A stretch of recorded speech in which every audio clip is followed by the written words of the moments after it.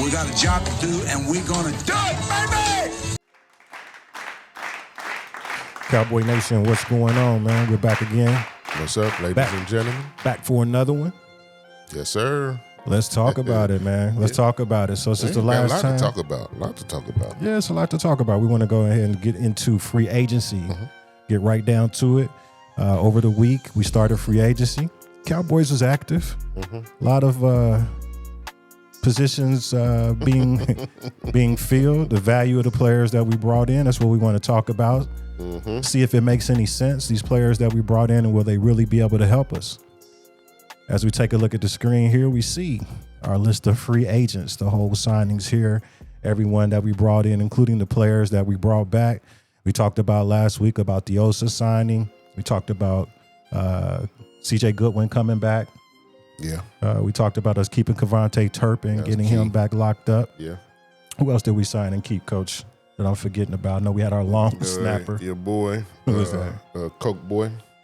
Hoffman. Yeah. Got him back on another deal. We had Wanye Thomas. Got him back signed. We got Marquise Bell. Marquise Bell's back in the house. Absolutely. I think the big one, of course, everyone knows is the Osa signing. Oh, yeah. As far as our free agents, yeah. Yeah, that was the big one. We kept our long snapper, Trent Sieg. You know, that's sometimes you overlook that, Cowboy Nation, but that could be big. That could be big for us. Oh, because you never hear about it. Yes, sir. And that's what you want. You don't hear about bad snaps, this or that. You know what I mean? So, hey, he's doing his job. Yeah. So let's talk about it, man. Let's talk about the signings. I think everybody wants to get to the new players that we brought in. Okay. We did some trades. We didn't give up a lot. We didn't open the wallet. We didn't spend a lot of bread. So that tells you what type of players we got. We ain't spending a lot. I like to look at it as it's a rolling your dice. That's exactly what I was about to say. You took the words. No, it's perfect, man. Great minds think alike. But yeah, it's risky business, man. It's risky business. We're taking a lot of chance on players. Put up or shut up. Time to double up. Those draft picks, a lot of them were number one draft picks. That's your first round, not number one, but first round draft picks. Yeah, that's our theme. Yeah, so it looks like our philosophy as far as this is like Jerry said, he wouldn't call it a selective aggressiveness. What we have is we're being very selective on the contracts and the people that we're bringing in. No really big names being signed. I think the biggest one, the one that I'm more excited about, is bringing back Dante Fowler. Absolutely. Yeah, absolutely. You know, we heard about Eberflus doesn't like to blitz as much. So we got to rush with 4, so we need some pass rushers. So I like that. Yeah, I thought that was good to bring him back, getting back from our man Dan Quinn, who stole him away. So we bring him back. Just taking a look at the list, Cowboy Nation, got it up there on the screen, but just taking a look at the names, you got Solomon Thomas, who will be coming over from the New York Jets. First rounder. Yep. You got Trent Sieg. Well, that's our long snapper, so that's one that we already had. We got Robert Jones, who will be coming over. You got Javonte Williams. Absolutely. Peyton Turner. First rounder. One a little bit of surprise for me. We'll talk about it a little bit more. Miles Sanders. We've got Dakota Shipley, who is a center. Okay. Dakota Shipley, who will be coming over. We got Jack Sanborn, linebacker from out of Chicago. A little bit excited on everything that I'm seeing in the film that I'm watching on him. Brought back Brian Agner. That's always good. Oh, yeah. And then Izzy. Very good. Israel Mukumo. Yeah. Brought him back. He's been a long stay with us, been with us in that secondary. Played a little bit of inside before, so I'm thinking that maybe they're looking at him as maybe with losing Jordan Lewis. Very versatile. Yeah, very versatile. So, of course, Jordan Lewis, as I mentioned, is one of the big ones. He gone. Yeah, he's gone, man. He went and got his bread. Jacksonville Jaguars. Yeah, that's good for him. Went and got money that we weren't going to pay him. So. I believe Jordan Lewis had a really good career with us. I think he, being his size and in this day and game, is as big as things has got with these wide receivers and defensive backs, solid. Absolutely. Solid. And his loss will be felt. Yep. But it's next man up. Yeah. So we've got some guys. Who is that next man? That's what we got. Yeah, that's what we got to figure out. That's what we got to figure out. So absolutely. I don't know if it's going to be Carson, that you move on the inside. keep in mind, Cowboy Nation, that we're going to be without probably Trayvon Diggs for maybe a few games at the beginning of the season. So you're going to have Bland on one side.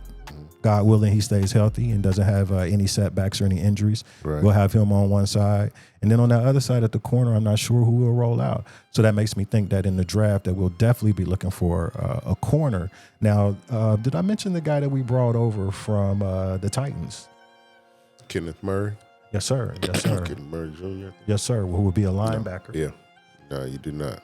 Yep. So that'll be that one's a coach. I want to kind of want to let you to run with that one because you're an Oklahoma guy and that's where he came from. So tell us a little bit about what we'll be getting from him. He started off as a defensive end, and I believe it was Mike Stoops was our defensive coordinator at that time, and moved him to the middle linebacker his freshman year because he's very athletic, and I mean he's really. I don't know how much he's taking to, but I heard we might move him to the wheel, which might be a little bit better for him. Okay.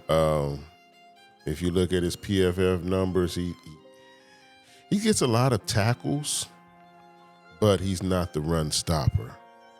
They got him ranked as the number 185th linebacker for a run defense out of 189 linebackers.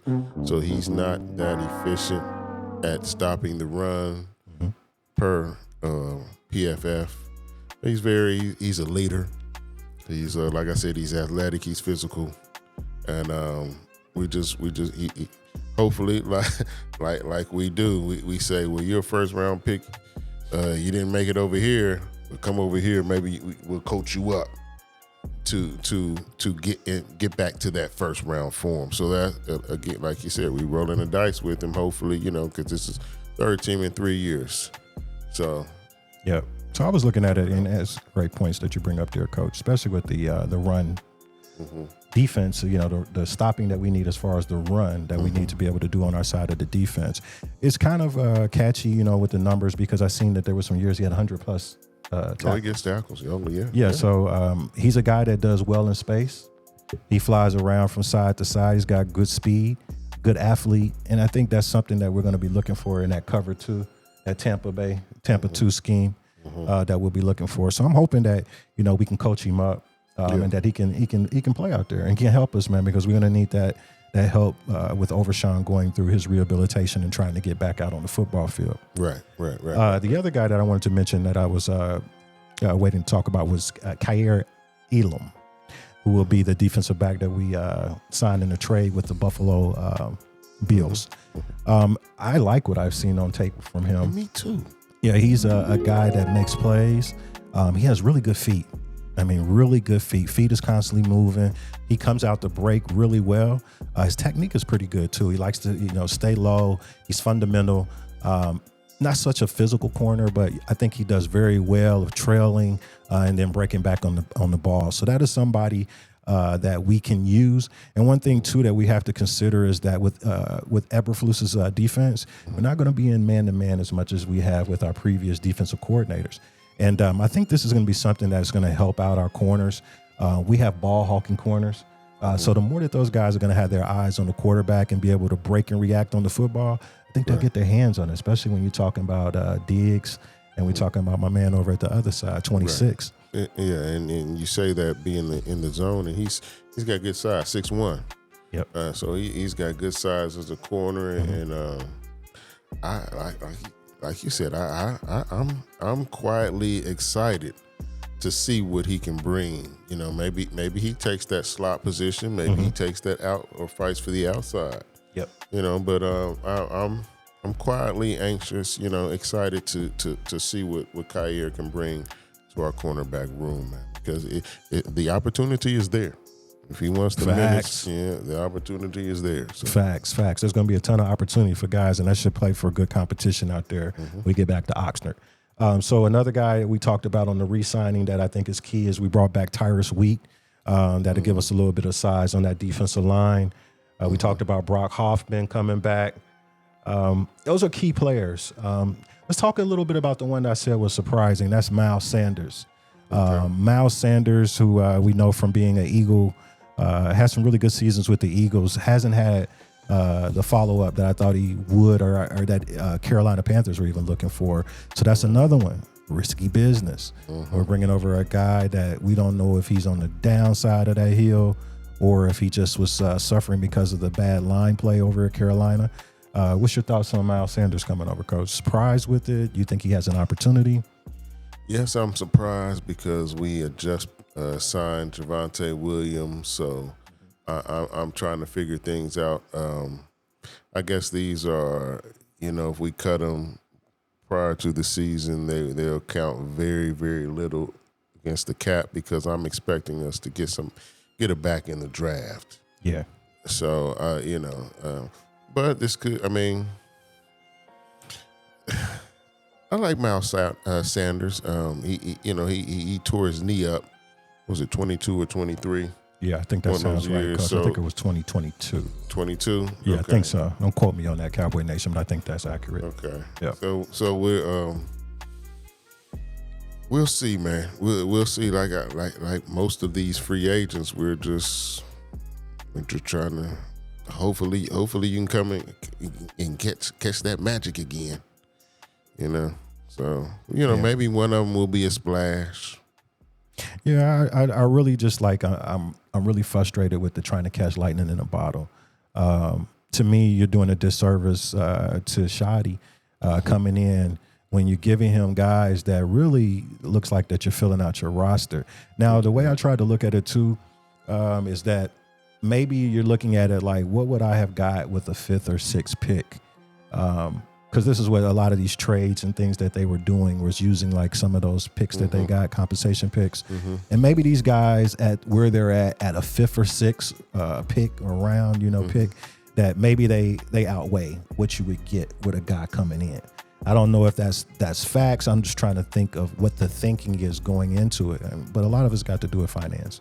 Not wanting to pay a lot of people. You still got the Michael Parsons situation that, as we all know, Cowboys Nation, we should have took care of that. Should have got that on the books early. Coach T was even on tape saying, hey, we need to do this quick. And then I think the next day after we aired, Miles Garrett, they pulled the truck, the bank truck up. You know what I'm saying? Now they got your boy Jamar Chase. Yeah. Bumping Miles out the top spot. Yep. So there's a lot of money out there that's going around when you play around with these contracts and you don't get business done with a guy that you know that you got to sign. You're only making it hard on yourself. But that's what the Joneses do. Yeah. So I would like to talk about these additions that we have, Coach, and just what you feel with seeing how free agency has worked out for us in this first week. Where do you see that signaling where we might be headed at in the draft?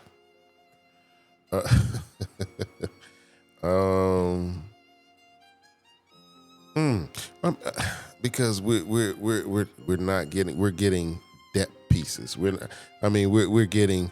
Hopefully you can start. Hopefully you can help us out and start. If not, you can be a backup. Like so.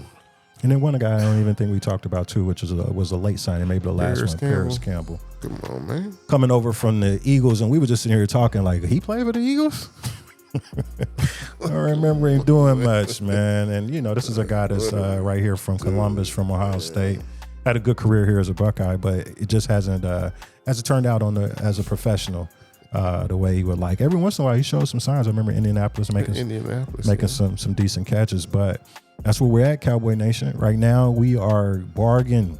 We are bargain basement guys, blue light specials, the guys that we're grabbing. Yeah, we throwing little pebbles into the ocean like bloop, bloop, bloop. I want to splash, man. Give me one splash and maybe a couple, bloops. But so then you have to look at it as where were we at last year? I mean, it was crickets. We didn't do anything last year. We got the linebacker. What other piece did we get last year that we brought in? Wasn't a lot. It wasn't a lot. So at least I can say they have been active. Right.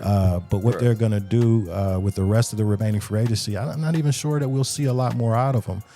We still got some players out there as far as wide receivers and stuff. It's done got dry out there, man.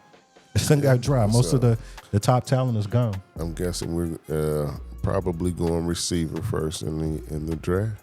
Yeah, because I'm thinking Stephon Diggs, Keenan Allen, Amari Cooper.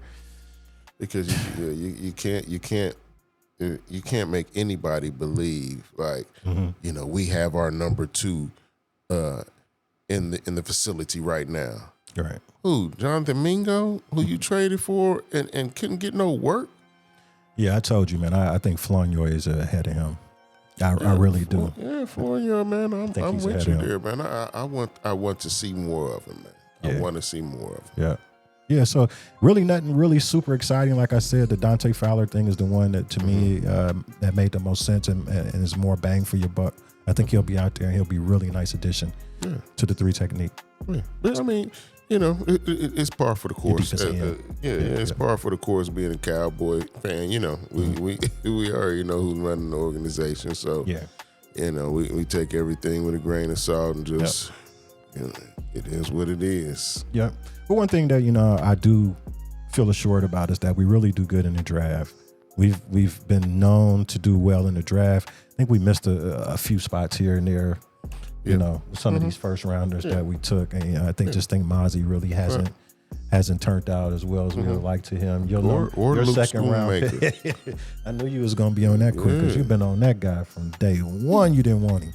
But yeah, you're right. He hasn't proven to do much. So yeah, man. So looking forward to the draft. I think the draft, like Coach said, we haven't done anything with the wide receiver. So wide receiver, I'm thinking is going to be up there highly. You still got the offensive line position that you could sneak in there.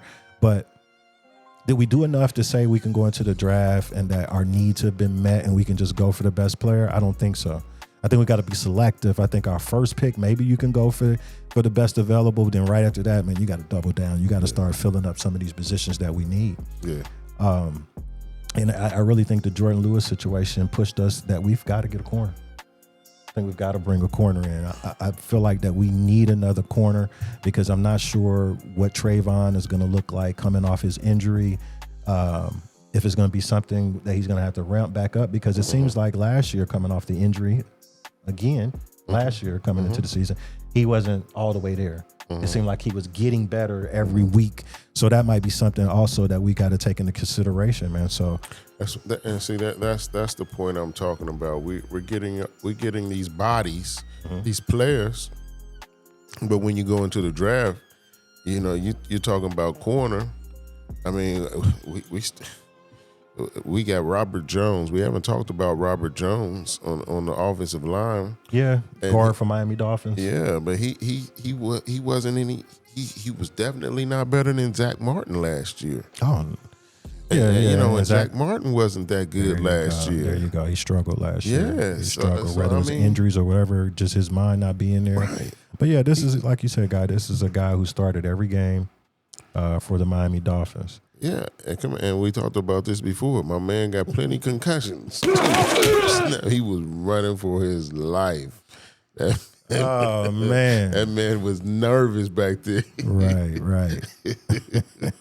That's a great point, man, because even though, like you said, just because he was in the books as a starter every week don't mean he performed. And his ranking, like we was talking about your man Murray, the linebacker, his rankings was up there pretty bad too. Yeah. So and look, we talk about the D tackle. Okay, Solomon Thomas is going to back up Osa. Solomon Thomas is not a good run defender. No, he's according not. To PFF. He's not. And we still have to get a big boy, big nose. Who's going to back up Mozzie? See, that's who's why. Who's going to challenge Mozzie? We going to bring back my man again? Who is that? 91. Oh, I know exactly who you're talking about. I thought you was talking about we're going to bring Hankins or somebody. But seriously, though, guys, that's why it's very hard to even think about who you take at the number 1 spot because there's going to be some defensive tackles out there that make all the sense in the world. You know what I mean? But with you not having a running mate for CD, I feel really bad if we go into the season and we don't have another guy and we're still trying to develop these guys. You know what I mean? Yeah, especially Tolbert and you know what I mean? So we already know. Especially if you want to run the ball. Who was my man you said that already got the number 3 jersey? No, that was Dante Fowler. So we already know Brandon Cooks is done. And gave that man his jersey out. Man. So we ain't going to worry about him coming back. If we ain't got nobody who threatens the defense besides CD, man, they going to sit 8 in the box. Let me ask you this. So we have to get somebody out there, man. Do you think, because I remember some really good games and some good signs. Can Turpin turn into that guy? As a number 2? Can you get him in outside? I'm just saying, can you get him in packages like a Beasley? Oh yeah. You know what I mean? Can you work him and make him like, you know, we got to do something. I mean, yeah. I mean, because you going inside and that's where CD likes to work too. But I mean, we'll do a lot of. It depends on alignment, but absolutely.